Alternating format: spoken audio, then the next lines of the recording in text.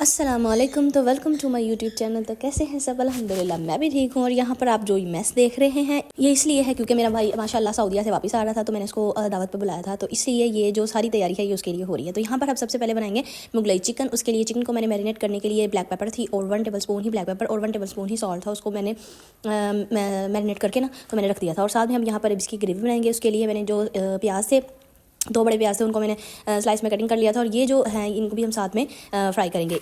और इस ग्रेवी में जाएगा काजू, green chillies, ginger garlic paste और साथ में रेड चिलीज़ थी। उनको रेड चिलीज़ आपके पास गोल भी हो सकती हैं, छोटी वाली भी और बड़ी वाली भी हो सकती हैं, जो भी आपके पास अवेलेबल हो वो आप डाल सकते हैं। ठीक है, उनको आपने साथ में सौते कर लेना है और उस अच्छे तरीके से उसको पकाकर आपने फिर उसको ग्राइंड करना है। उसमें टमाटर भी जाएंगे, जो कि मैं भूल गई थी, वो मैं बाद में ऐड करूँगी। और यहाँ पर जो साथ में मैं पैटीज़ बना रही थी, चिकन और पोटैटो वाली पैटीज़ बना रही थी, उसके लिए मैंने जो सारे ड्राई स्पाइसेस थी मैंने आपको पहले सारी बताई हुई है, वही मैंने स्पाइसेस मैंने डालकर इसको अच्छे तरीके से मैंने बना लेना है।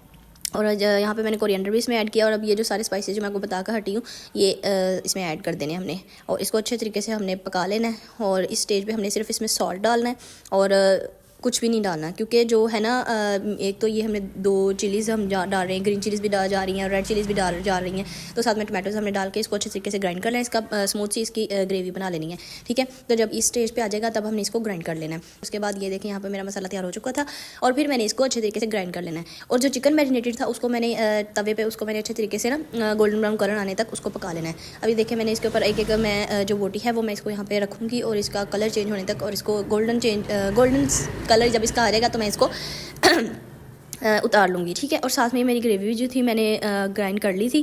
देखिए कितना प्यारा सा खूबसूरत सा कलर आना शुरू हो गया है और यहाँ पर कितना अच्छा आ चुका है। ठीक है, अब इस स्टेज पे मैं इसको उतार लूँगी। और ग्रेवी जो थी मेरी स्मूथ सी मैंने तैयार करके उसको दोबारा मैंने जो ऑयल था ना जो पहले मैंने ग्रेवी में से निकाल लिया, सेपरेट कर लिया था, क्योंकि अगर आप इसको साथ में ग्राइंड कर देंगे तो ये ऑयल इसके अंदर ही चला जाएगा, फिर ये ना अच्छी नहीं लगेगी। तो मैंने ऑयल को पहले सेपरेट कर लिया था, जो मेरे पास थी ये ग्रेवी थी उसको मैंने ग्राइंड कर लिया था। और फिर जो मैंने यहाँ पे जो अपना मैरिनेटेड जो चिकन था उसको मैंने अच्छे तरीके से जो पकाया हुआ था वो हम इसके अंदर ऐड कर देंगे और इसको पकने देंगे, ताकि जो गोश्त है हमारा वो नरम हो जाए, क्योंकि जब हम इसको फ्राई कर लेते हैं तो ये थोड़ा सा हार्ड हो जाता है क्रिस्पीनेस की वजह से। तो इसमें हम डाल के इसको थोड़ी देर पकने के लिए रखेंगे। यहाँ पर हमारी जो मुगलई चिकन वो तकरीबन तैयार होने लगा है। और यहाँ पर फिर मैं बना रही थी चावलों को मैंने भिगो कर रख दिया था। यहाँ पर मैंने जो 3-4 थे तकरीबन मीडियम प्याज से, वो मैंने कटिंग करके उनको अच्छे तरीके से ये देखिए लाइट ब्राउन कर लिया। और साथ में मैंने इसमें जिंजर गार्लिक पेस्ट ऐड किया और फिर साथ में जो खड़े मसाले गरम मसाले थे वो मैंने ऐड किए। और उनको सौते करने के बाद मैंने इसमें मटर ऐड कर दिए। और अब इसमें मैं सिर्फ ग्रीन चिलीज़ ऐड करूँगी और मैं इसमें कोई रेड चिलीज़ नहीं ऐड करूँगी। इससे जो सबसे ज़्यादा टेस्ट है वो आपका। और अगर आपको ज़रूरत पड़े कि कम लग रही है तो आपने सिर्फ इसमें ब्लैक पेपर ऐड करनी है और आपने कोई चिलीज़ नहीं ऐड करनी है। ठीक है, और यहाँ पर मैं दही डालने लगी थी और देखें दही फेंट कर डालने लगी थी और थोड़ा सा दही जो है वो यहाँ पर पतीले के पास गिर गया है, तो वो हम इसमें ऐड करेंगे। तो कुछ ना कुछ उल्टा, जब तेज़ी के काम होते हैं तो फिर कुछ ना कुछ उल्टा होता है। फिर यहाँ पर मैंने जब ये देखे अच्छे तरीके से अब मेरा जो मुगलई चिकन है वो रेडी हो चुका था, तो फिर मैंने इसमें 1/2 कप जो था वो क्रीम का ऐड किया और उसको मिक्स करने के बाद यहाँ पर देखिए मेरा मसाला जो तैयार हो चुका था। और साथ में मैं यहाँ बना रही थी मलाई बोटी। ठीक है, वो मैंने कल ही करके रख दिया था। तो यहाँ पे जो मैरिनेट चिकन था उसको मैंने डिफ्रोस्ट किया और यहाँ पे हम इसको ओवन में पकाएंगे। नॉन स्टिक ट्रे में मैंने फॉइल पेपर लगाया, उसमें मैंने चिकन जो था वो ऐड करके और इसको हमने माइक्रोवेव में पकने के लिए रख दिया। और हम इसको 20 मिनट या 30 मिनट्स, मैंने तो इसको 30 मिनट्स पकाया था और बाद में दरमियान में निकाल कर इसकी साइडें भी चेंज कर दी थी। यहाँ पर हमारा जो मैंने पानी डाला था चावलों में वो हो चुका था और इसमें फिर मैंने चावल ऐड किए और साथ में हम इसको देंगे मुगलई चिकन को थोड़ा सा कोयले का दम। ठीक है, वो देने के बाद यहाँ पर देखे चावल जो मेरे हैं आलू मटर वाले वो बिल्कुल अच्छे तरीके से दम वाली स्टेज पर आ चुके हैं। यहाँ पर मैं थोड़ा सा इसमें फूड कलर ऐड करूँगी और हम इसको दम पे लगा देंगे।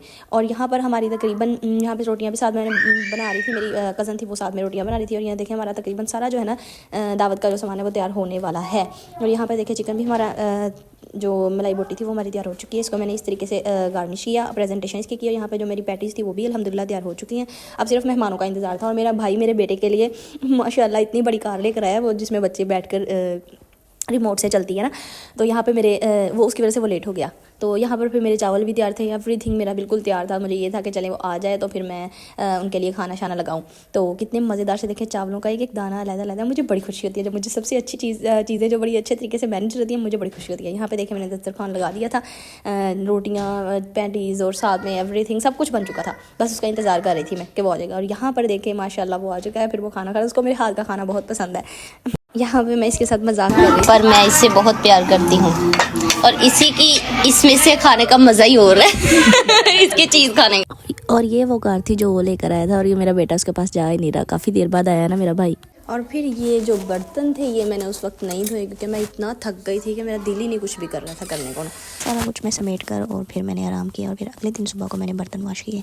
तो यहाँ पर मैं सबसे पहले बर्तन वॉश करूँगी और फिर साथ में उस दिन अगले दिन मेहमान भी आ गए और फिर उनके लिए मैंने काम मेरा ना कम होने की बजाय बढ़ गया।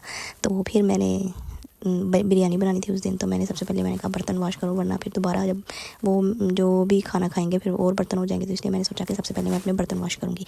तो फिर जो मेरे पास बर्तन पड़े थे वो मैंने सुबह उठ के पहले वो वॉश किया और फिर उसके बाद मैंने बिरयानी बनाई। अच्छा, तो मैं आप लोगों को बता रही थी कि मेरा भाई जो इतनी देर बाद 1 साल बाद तकरीबन सऊदीया से वापस आया और उसका और मेरा यकीन करें कि इतना अच्छा बॉन्ड है ना। एक मैं कहती हूँ कि बहन भाइयों का ऐसा ही होता है। और मैं आपको जो पहली वीडियो मैंने दिखाई, मेरी आदत थी जब मैं मसलन कि मेरी शादी नहीं हुई थी तो जब सुबह सुबह मैंने नाश्ता करना ना तो मैंने उसी की सालन में से ना मैंने जानबूझ के खाना कि ये बोलेगा। और उसकी भी आदत की होती कि जब मैंने नाश्ता करना ना, आपको पता है तब हिसाब और होता है, शादी के बाद हिसाब और हो जाता है।